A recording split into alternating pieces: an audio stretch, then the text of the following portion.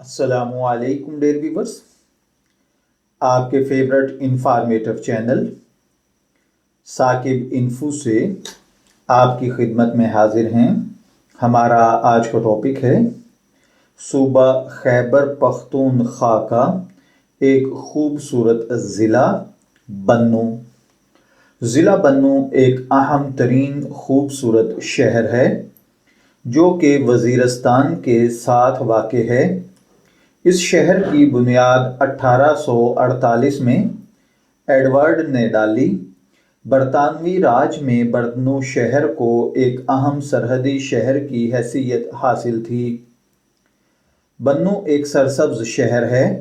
عام لوگوں کا پیشہ کاشتکاری اور بھیڑ بکریاں چرانا ہے۔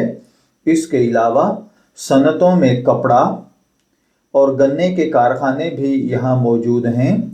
علاقے کی مشہور سوغات نسوار اور مسالہ جات اور مہندی ہیں جو کہ پوری دنیا میں مشہور ہیں۔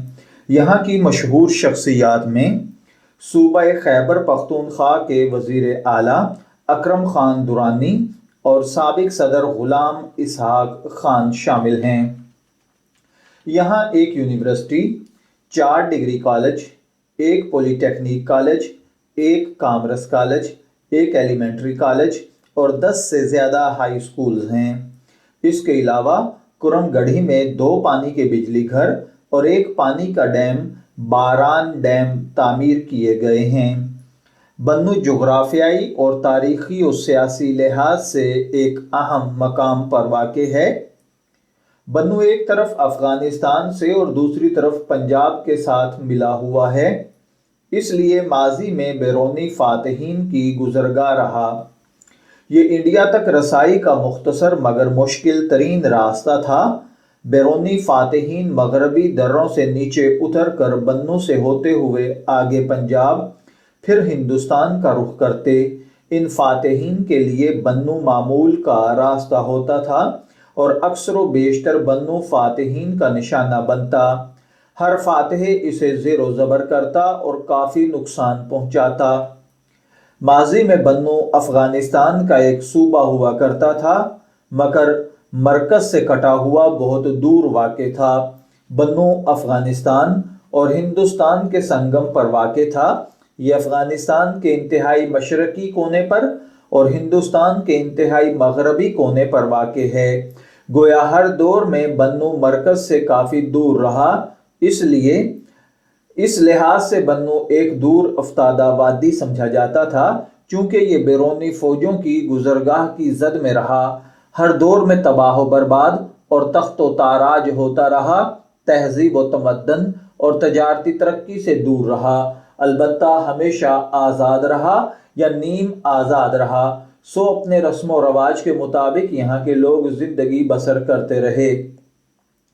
تاج برطانیہ کے قلمرو میں آنے سے پہلے باختر یعنی افغانستان کا ایک صوبہ تھا جس میں پنجاب کا بھی کچھ حصہ شامل ہوا کرتا تھا۔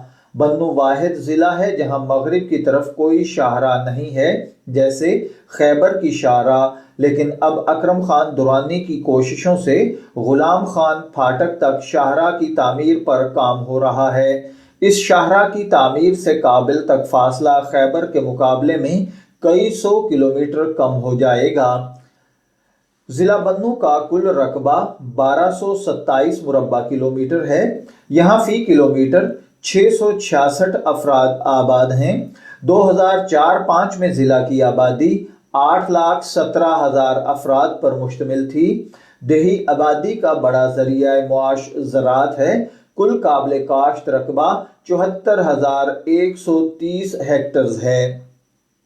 اگر بات کی جائے بنوں میں بولی جانے والی زبانوں کی تو بنوں میں 100% پشتو زبان بولی جاتی ہے، جس کی وجہ سے بنوں میں پشتو بولی اور سمجھی جاتی ہے۔ بنوں کی پشتو خوست اور قندھار کی پشتو سے بہت ملتی جلتی ہے۔ بنوں کے لوگ پشتو زبان سے انتہائی عقیدت اور محبت رکھتے ہیں اور پشتو کے لیے اپنی جانوں کی بھی پرواہ نہیں کرتے۔ اگر بات کی جائے بنوں کی وجہ تسمیہ کی تو بعض کتابوں میں بنوں نام کی وجہ تسمیہ یہ بیان کی گئی ہے کہ بنوں والوں